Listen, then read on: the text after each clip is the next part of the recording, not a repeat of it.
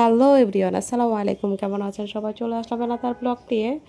তো আজকে আমি খুব মজার একটি পিঠা তৈরি করে দেখাবো। আজকে আমি কামরাঙ্গা পিঠা তৈরি করে দেখাবো। তো আমার সাথেই থাকুন, দেখতে থাকুন কামরাঙ্গা পিঠাটা। আজকের এই কামরাঙ্গা পিঠাটা আমি মুচমুচে করব না, এটা আজকে হচ্ছে আমি একটু তুলতুলে টাইপের করব, মানে একদম পাউরুটির মতো থাকবে তুলতুলে। তো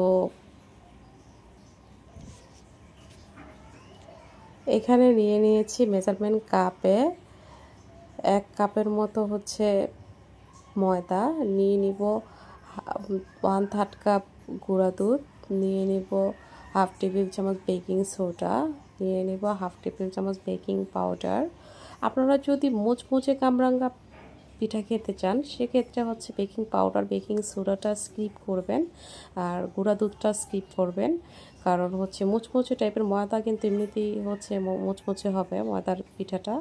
তো দিয়ে দিয়েছে হচ্ছে 2 টেবিল চামচ ঘি। যেহেতু আজকে আমি এটা হচ্ছে মিষ্টি জাতীয় একটা পিঠা তৈরি করব, তো সেই জন্য আমি একটু তুলতুলে ভাব নিয়ে আসবো এই পিঠাটার মধ্যে, একটু স্পঞ্জি থাকবে, নরম থাকবে। তো মুচমুচে পিঠাটা আমি অন্য একদিন তৈরি করে দেখাবো কামরাঙ্গা পিঠাটা। তো এখানে হচ্ছে আমি 2টা ডিম ফাটিয়ে নিয়েছি, 2টা ডিম ফাটিয়ে নিব। আজকের এই দুটা তৈরি করতে আমার 2টা ডিমের মতোই লাগবে।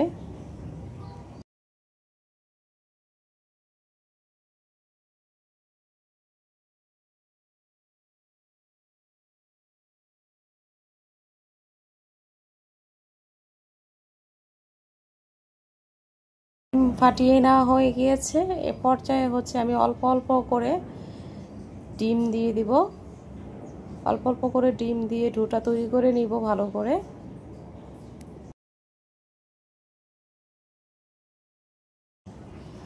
তো ডোটাকে 5 মিনিটের মতো রেস্টে রেখে দিব। যেহেতু আজকে কামরাঙ্গার মিষ্টি পিঠা তৈরি করব, সেহেতু চুলার মধ্যে একটা দিয়ে দিব 1/3 কাপ দিয়ে 3 কাপের মতো চিনি, সেম কাপ দিয়ে দিয়ে দিব 1 কাপের মতো পানি। আজকের এই শিরাটা হচ্ছে আমি খুব বেশি ঘন করব না, পাতলাও করব না। তো চিনিগুলো গলে যাওয়া পর্যন্ত জাল করে নিতে হবে। ভালো একটা সুঘ্রাণের জন্য দিয়ে দিব হচ্ছে 2টা এলাচ। তো চিনিটা যখন গলে শিরাটা হয়ে যাবে,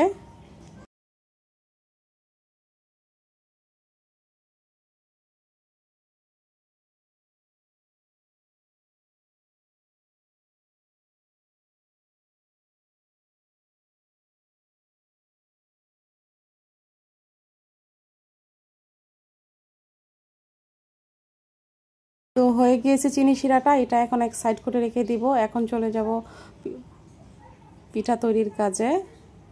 তো এখানে হচ্ছে আমি 1 টেবিল চামচের মতো ময়দা নিয়েছি। ময়দাটা হচ্ছে একটু পানি দিয়ে একটু আঠালো টাইপের করে হচ্ছে তৈরি করে নিতে হবে। যেহেতু একটা পিঠা তৈরি করব সেহেতু এই ময়দাটা কিন্তু আঠার কাজ করবে। এখন হচ্ছে 5 মিনিট পর ফিরে আসছি। এখন লিচি কেটে নিয়ে হচ্ছে এটাকে বেলে নিতে হবে।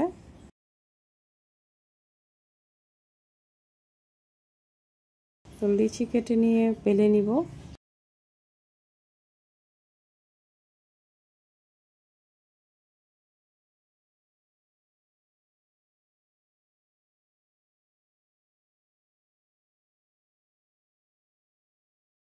এরকম পাতলা করে বেলে নিতে হবে।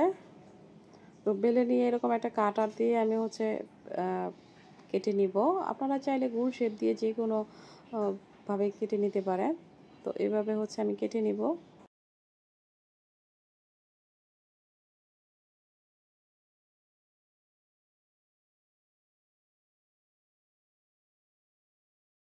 তো কেটে নিয়ে আমি একটার উপর একটা দিয়ে সেই আঠালো যে ময়দার মিশ্রণটা দিয়ে চাপ দিয়ে একটা লোহার একটা শিক দিয়ে চাপ দিয়ে হচ্ছে লাগিয়ে দিচ্ছি।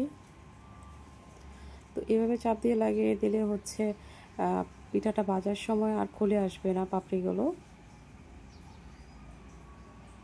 অবশ্যই ময়দার একটা আঠালো একটা মিশ্রণ তৈরি করে কিন্তু এভাবে দিয়ে দিতে হবে যেন হচ্ছে খুলে না আসে। তো বাকি পিঠাগুলো আমি সেম প্রসেসিংয়ে তৈরি করে নিব।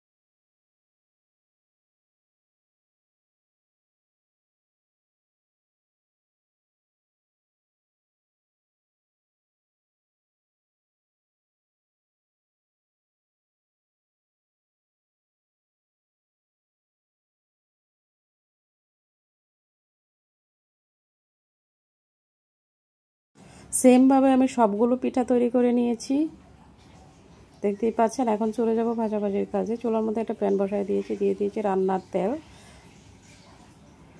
তেলটা একটু গরম হয়ে আসতে দিয়ে দিব পিঠাগুলো।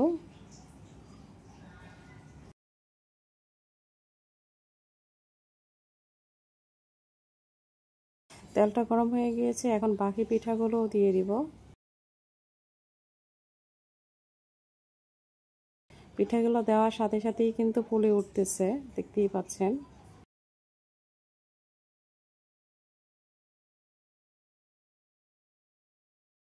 আজকের পিঠাটা আমি মিষ্টি একটু রসালোভাবেই তৈরি করব, সেই জন্য আমি বেকিং সোডা বেকিং পাউডার দিয়েছি। পিঠাগুলো যেহেতু রসালো, এগুলো মুচমুচে হবে না, বাট মিষ্টির মতো স্পঞ্জি নরম হবে। দেখতেই পাচ্ছেন পাপড়িগুলো কতটা ফুলে উঠেছে, এক একটা পাপড়ি অনেকটাই ফুলে উঠেছে। বাকি পিঠাগুলো আমি এইভাবে লালচে করে ভেজে নেব। আর যে চিনি শিরাটা তৈরি করে রাখছিলাম, শিরার মধ্যে দিয়ে দিব।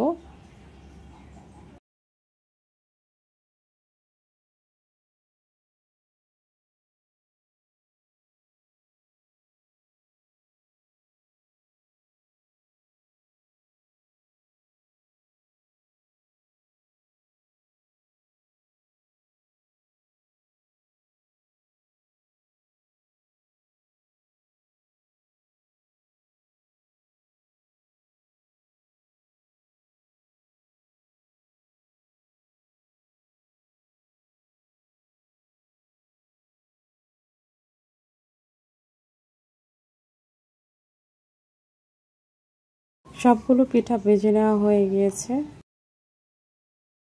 সবগুলো পিঠা আমি চিনির তৈরি করে রাখা শিরাতে দিয়ে দিয়েছি। কিছুক্ষণ উল্টে পাল্টে শিরাগুলোর মধ্যে রেখে পিঠাগুলোকে নামিয়ে নিব। তো পিঠাগুলো কিন্তু রসালো হয়েছে, খেতে কিন্তু খুবই মজার। আপনারা চাইলে এইভাবে কামরাঙ্গা পিঠা তৈরি করতে খেয়ে দেখতে পারেন, রসালো কামরাঙ্গা পিঠা। ভিডিওটি ভালো লাগলে লাইক কমেন্ট শেয়ার দিয়ে পাশে থাকবেন। আর চ্যানেলটি অবশ্যই সাবস্ক্রাইব করে দেওয়ার অনুরোধ রইল। ফিরে আসবো এরপর কোনো একটি ভিডিও নিয়ে। সে পর্যন্ত আপনারা সবাই ভালো থাকবেন, সুস্থ থাকবেন। Take care. আল্লাহ হাফিজ।